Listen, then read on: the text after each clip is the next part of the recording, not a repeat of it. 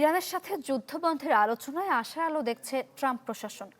পাকিস্তানের মধ্যস্থতায় আলোচনা এগিয়ে চললেও পারমাণবিক ইস্যু ও লেবানন সংকট শান্তি প্রক্রিয়াকে জটিল করে তুলছে। এই অবস্থায় মার্কিন সিনেটে ট্রাম্পের যুদ্ধ ক্ষমতা সীমিত করার প্রচেষ্টা চতুর্থবারের মতো ব্যর্থ হয়েছে।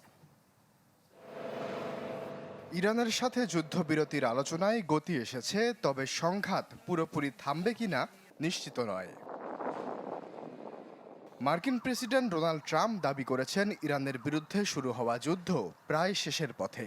হোয়াইট হাউসের প্রেস সেক্রেটারি ক্যারোলিন লেভিট বলছেন, পাকিস্তানের মধ্যস্থতায় চলমান আলোচনা ফলপ্রসূ ও অব্যাহত রয়েছে এবং একটি চুক্তির সম্ভাবনা নিয়ে ওয়াশিংটন আশাবাদী। That these conversations are productive and ongoing, and that's where we are right now. I've also seen some reporting about the potentiality for in-person discussions again. এরই মধ্যে দুই পক্ষের মধ্যে ব্যবধান কমিয়ে আনতে তেহরানে পাকিস্তানের army chief field marshal Asim Munir শিগগিরই আবারও পাকিস্তানে বৈঠক শুরু হতে পারে বলে জানা গেছে। প্রিমিয়ার ওয়ার্ড্রোব, গুছিয়ে ফেলুন জীবনটাকে।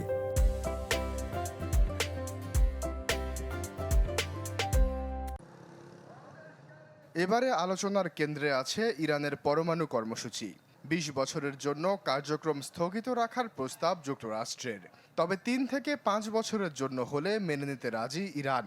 ওয়াশিংটন চাইছে ইরানের সমৃদ্ধ ইউরেনিয়াম দেশের বাইরে নিয়ে যাওয়া হোক, বিনিময়ে তেহরান চায় সব আন্তর্জাতিক নিষেধাজ্ঞা প্রত্যাহার। যুক্তরাষ্ট্রের ঘোষিত নৌ অবরোধ কার্যকরের ৪৮ ঘণ্টায় কোনো জাহাজ ইরানি বন্দরে প্রবেশ করতে পারেনি। ৯টি জাহাজ মার্কিন নির্দেশে ফিরে গেছে, তবে ইরানের ফার্স নিউজ জানিয়েছে মার্কিন নিষেধাজ্ঞার আওতায় থাকা একটি ইরানি সুপার ট্যাঙ্কার অবরোধ ভেঙে পৌঁছেছে বন্দরে। অবরোধ চলমান থাকলে ওমান সাগর ও লোহিত সাগরে বাণিজ্য বন্ধ করে দেওয়ার হুঁশিয়ারি তেহরানের। অর্থনৈতিক চাপের অংশ হিসেবে মার্কিন ট্রেজারি সেক্রেটারি স্কট বেসেন্ট জানিয়েছেন, ইরানি তেল কিনলে চীনসহ যে কোনো দেশের বিরুদ্ধে পরোক্ষ নিষেধাজ্ঞা আরোপ হবে। দুটি চীনা ব্যাংককে এরই মধ্যে সতর্ক করা হয়েছে।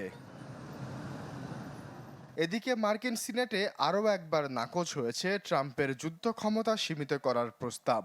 ডেমোক্র্যাটদের আনা এই প্রস্তাব ৫২ বনাম ৪৭ ভোটে বাতিল হয়েছে।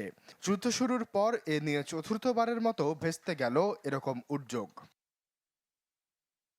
আশ্বাস চৌধুরী, চ্যানেল 24।